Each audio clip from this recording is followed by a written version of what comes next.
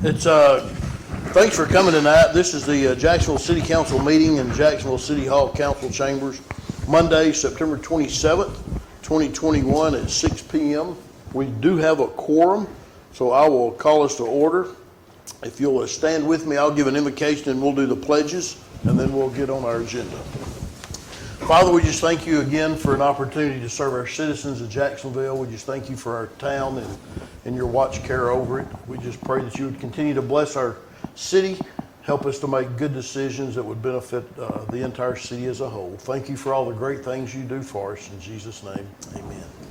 If you'll join me in the pledges, first to the American flag. I pledge allegiance to the flag of the United States of America and to the republic for which it stands, one nation, under God, indivisible, with liberty and justice for all. Now the Texas flag. Honor the Texas flag. I pledge allegiance to thee, Texas, one state, under God, one and indivisible. Thank you. Our next item is citizens' participation. Did we get any cards turned in? No, sir. 2 from the Boy Scouts. Okay. So we will check that one off. Our next item, and if we can, we're going to move item 11 up and talk about that one now, and then we'll come back to item 5. Item 11 is a discussion on city's proposed certificates of obligation. Mr. James, you want to? Yes, good evening, Mayor, City Council. As you're aware, and per your direction, in mid-2021, staff engaged our financial advisor, Hilltop Securities, to evaluate the option of issuing certificates of obligation for approximately $10 million of street improvements without impacting the tax rate. Currently, issuance is planned to be authorized at the October 12th City Council meeting. Staff is recommending issuance be delayed and or reconsidered until a greater plan for road and infrastructure rehabilitation is developed. We're waiting on the results of the robotics street assessment and would then advise the underlying utilities be assessed in the areas with planned road improvements. Adoption of the proposed budget and tax rate as proposed this evening will impact the amount of revenue available via certificates of obligation without a tax increase, dependent upon the timeline for the issuance. Okay. So we're just postponing this. Right. Yes. For now. Kind of see where we are. Well, I mean, we don't have any information. Right. Right. We don't know if we need $10 million. That's correct. Yeah, we'd really like to have a greater plan. Yeah. Yeah. Yeah. And I don't know if the robotic study is complete. I don't know that we've even seen it, so we'll get a lot of information out of that. Yeah. So I think we're just going to postpone and not approve it at our regular October meeting and just, Interest rates aren't going anywhere, so. yeah. So I don't think that's an action item, right? That's correct. Okay. Okay. All right, now we'll go to item number 5. Is to discuss and consider with possible action an ordinance adopting the 2021-2022 budget, and we will take a recorded vote of each council member. Mayor, Council, this is certainly why we're here tonight, and I'm pleased to say our Finance Director, Roxana Briley, will be presenting you with an overview of the budget for adoption this evening.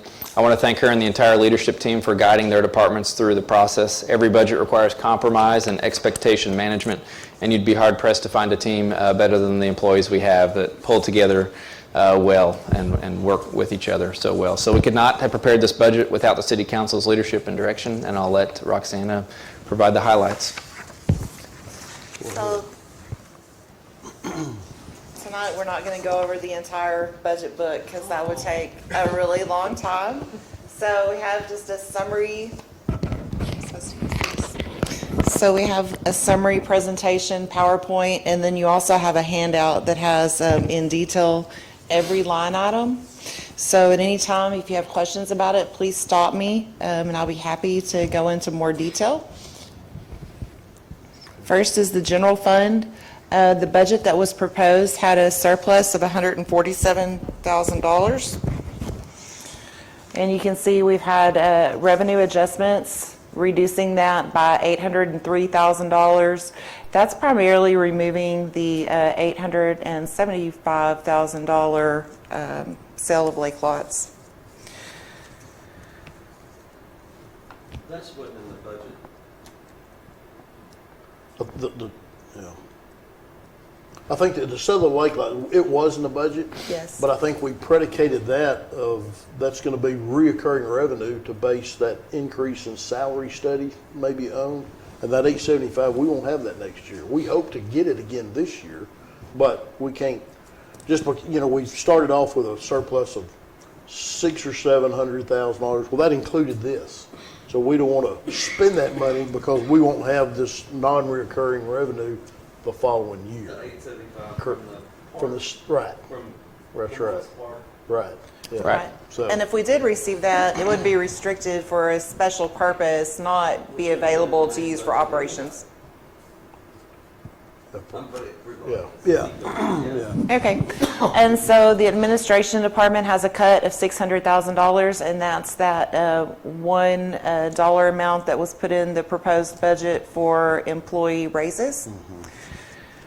Municipal court was reduced by just a little over $8,000. The finance department had an increase of almost $26,000. Police department decreased by $15,772. The fire department took a cut of $152,238, and the two large items there is the $100,000 that was set aside for the ladder truck savings, and then also, I believe it was $40,000 for the JAWS. Good. Just double checking to make sure that number is right. Yes. Yeah, remove JAWS. So we too. reduced $140,000 there in their capital. And then the public and community services, we found, or staff found $307,000 of reductions. And the big items there are the street overlay project. That's $200,000. And then the mule and the mower, that's another $90,000. So that's the bulk of that cut. Kind of in the 11th hour on Saturday, I was preparing for this, and I realized that the debt payments and the calculated tax rate, that those hadn't been changed after we received the supplemental values. So what I found out was that we needed less tax in the debt service fund to pay for our debt service. So that added about $140,000 more to our savings, and that's included up there in the revenue adjustments. Okay. Do you have any questions about the general fund?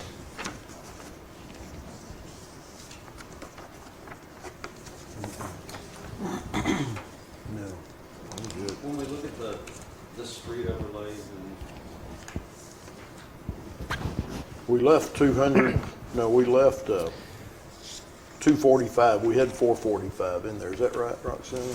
Yes, the original budget was $445, and the new budget is $245, but this is- $200,000. this is for next year. Where are we currently with what we've done? Are we? We're paid. We've done a lot. Correct. Street overlays. Yeah, we Right. did a couple of $100,000 this year, and that's what we had budgeted But we didn't this do year. any last year. Correct. Right. So, And I think we doubled it up this year thinking we had a bunch of money, and now we're gonna pull it back down to that 200, kind of see where we are. Yeah. So also, the reason that we're leaving this 400 here instead of allocating is because of unknowns, especially regarding the salary study, personnel comp plan, and what kind of recommendations are going to come out of that. So certainly some of these items that were cut, if things are going well, we could come back, we could say, yes, we want to allocate more to that street program, or we do want to fund this piece of capital.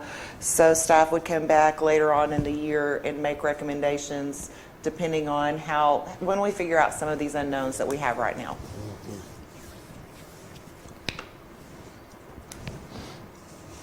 Okay, so next is the debt service fund, and really the changes there are the reduction of that tax, so we could get down to just the amount that we need to fund the INS. And I just want to point out again about what the city manager said in our other item. I want to make it very clear that this decreases the tax rate down to 16 cents. Just double checking that. Yeah, 16,293. And so the proposals on the debt funding have us with the INS rate of 18.54. So this would not make extra available to fund the streets in 2022, the debt, without some kind of an increase in taxes or a transfer from another fund. And I just want to make sure everybody understands that, because I don't want you to vote on something and then later say that you didn't really understand what it was.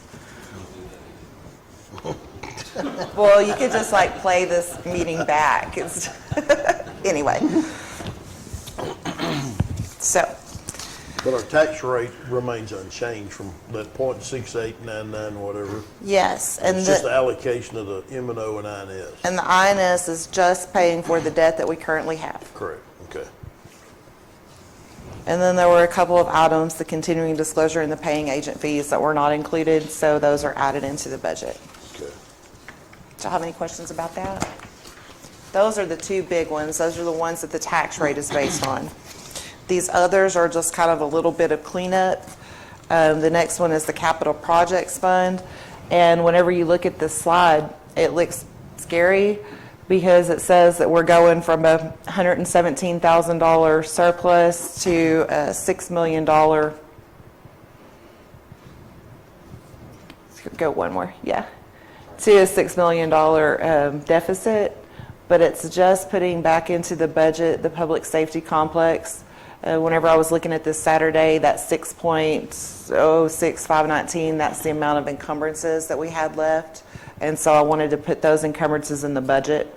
That way, when the year rolls around, it doesn't look like we're really over budget. But we do have bond funds for that, so that the money is there. With the last item, the capital buildings and structures, that's the amount that's allocated for the remodel of Fire Station 2. Likewise, that money has already been transferred there. I added in the capital lease principal and interest to pay off the financing agreement that we have on our fleet vehicle program. And then also added in financing sources of renewing the loan again for the fiscal year 2022 program. I did reduce the sale of the capital vehicles because it was just off in the numbers between the utility capital projects fund and the general capital projects fund. So you'll see a plus 80 in the utility capital projects fund. And again, that $6 million is funded already. It's bond proceeds and prior year transfers. Yeah. Because if we looked at this slide last year, we would have had a $9 million worth of revenue. Yes. So we probably had a huge Well, increase. actually, we had the deficit last year too. It was 2020 when we had the $9 million of revenue. Right. And then last year we had like an $8.7 million deficit budget that looks really crazy. Okay. But that's what happens when you have capital projects and you sell bonds. They last. They go multiple years. All right. Okay. Okay. The next fund is the grant fund. And basically all I did on that was add expenses in. We had the revenue in there, but we didn't have the expenses. So I just looked at what grants we have that are already funded. This is anticipating, getting the Texas Parks and Wildlife grant revenue. In the budget, it was showing at $1.5 million, and I reduced that by the amount that's our responsibility. Our part of the grant match has already been transferred over in fiscal year 21, so it's already sitting there ready for the grant. And then there was a library grant, STEP grant, ambulance grant. That's just our various grants that we have. The other large one was the CDBG for the sidewalks, and just putting those expenses in there. And like the capital project fund, this number looks a little bit scary, but it's funding that we've already received. It's just sitting there in the grant fund ready to get spent. Okay. You mentioned our match for the redoing the concession is already in this fund. It's already funded. Yes, we anticipated that this grant was going to actually happen this year. Okay. And so in this year's budget, we had been transferring $400,000 over from the general fund to the grant fund. Okay. And so those transfers are there. Yeah. So, and we hopefully still will intend to sell the lots, but So if we make sell the the assumption lots- if we don't sell the lots, we've got our match already sitting there. Yes, and if we do sell the lots, what we would do is we would reimburse the general fund for the $400,000. Okay. No, And then the other proceeds would be dedicated for what purpose they tell us Right. Well, they that's have great. to be dedicated for. That's good news. That's real good. But news. it's there no matter what, so That's no matter good. how the citizens vote, we have the Right. money there to do To do the project. yes. Okay, good. Wonderful. Forfeiture funds, I just removed from the budget altogether. We don't know how to budget those. We don't know who's going to get pulled over and what's going to get seized. And anyway, they're really at the discretion of the chief of police. So I just removed those from the budget. Okay. It's not really big money, so it's not that really exciting. $2,000. It would be nice if it was big money. Need some of that tips and leadership. Okay, so in the water sewer fund, originally we started out with a $22,000 surplus. I adjusted the water sales, sewer sales, and penalties, and the methodology I used is this year's basically complete. We've already had all except for one of our billings. So I just took the amount that we have received this year and I added 3% to it. And I felt like that was a reasonable estimate for the budget. Transfer to general fund, we are reducing that, bringing it back more in line with what it was in this current budget year. So that gives the utility fund some $329,000 back. And then I increased their transfer to the debt service fund and just clean that up some. And that leaves them with a surplus budget of $135,895. But that's just current year surplus fund, but our fund balance. in the This is utility not fund balance, this That's is budget. correct. Okay. So that's the budget revenue of over expense started at 22. Right. And then now with the adjustments we made, our budget has a surplus of 135. Right, current year. Yes. Okay. Yes, if that was fund balance, Yeah, I when would we be were looking real- at that $6 million slide to the negative, Yeah, I would be very freaking nervous. out, so. Okay, me too. Yeah. Okay. And the last one is the Utility Capital Projects Fund, and like I mentioned earlier, this isn't the last one, second to last. This is just bringing over the $80,000 for the vehicles because there's actually 11 vehicles budgeted here. In the utility fund. Yeah, and we were only showing 9 for revenue. Okay. So we had it kind of flipped between the two. Okay. And that's all on that one. And then the very last, this one really is the last, is the Beautification Fund. This is the money that is donated to and the city transfers to keep Jacksonville beautiful for keeping Jacksonville beautiful. There were no expenses budgeted, so I just put in there the same amount as we've given them the last couple of years, just as a budget number. So. Good.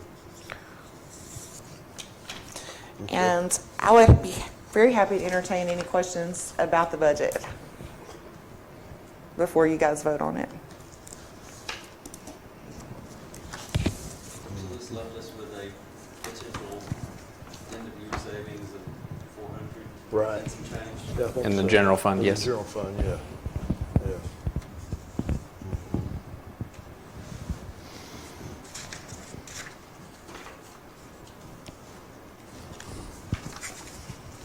And none of the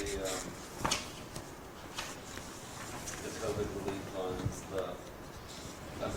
none of that's in any of this, just because, number one, we haven't gotten it, number two, we don't know what it is.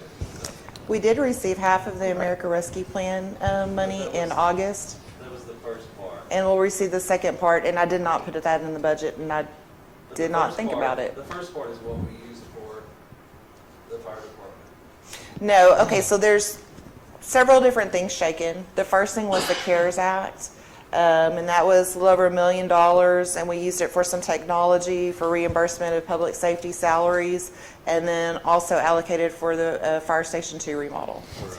That Yeah, was that's what we're talking happened in fiscal year 2020, and we got the last bit of it in April 21. So that one's done. But then the next one was one that we were gonna use it to do parks and that kind of stuff, and then they came back and said, no, you can't do that. It's gotta be infrastructure or something. Infrastructure. Yes, But yes. we don't have that money yet. We do. We received our first payment in August. Okay. and we'll receive our second payment in August of 2022. But that'll fund projects moving. We don't- Likely if you're doing we haven't streets, budgeted that stuff. it's for water sewer infrastructure, so I would think if you're doing your streets, you would use it for the water sewer that's under the streets to help that project along, would be my thought.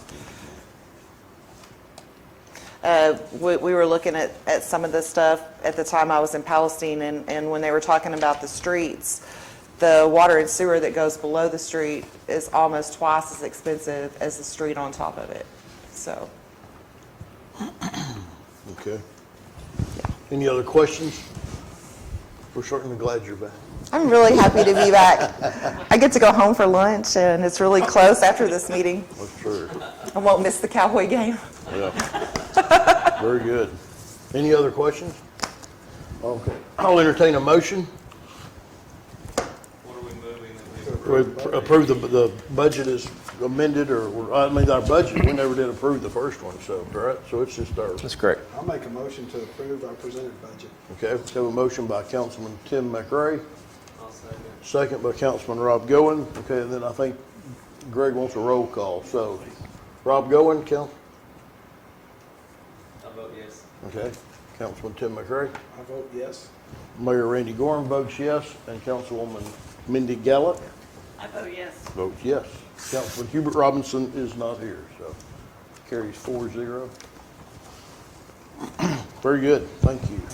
Our next item is to discuss and consider with possible action an ordinance setting the tax rate of .68995 per $100 valuation for the 2021-2022 fiscal year, and we'll take a recorded vote on that one also. So we just talked about the budget, and you adopted the budget, so the tax rate is what funds a lot of the budget, so it's just the next step. We did make a little bit of an adjustment, just as we discussed, shifted a little bit more over to the general fund or M&O side of things, and a little bit less to the debt service, INS side of things, because we're only putting the debt service tax rate at the amount that we need to pay our current debt obligations. Okay. I'll entertain a motion.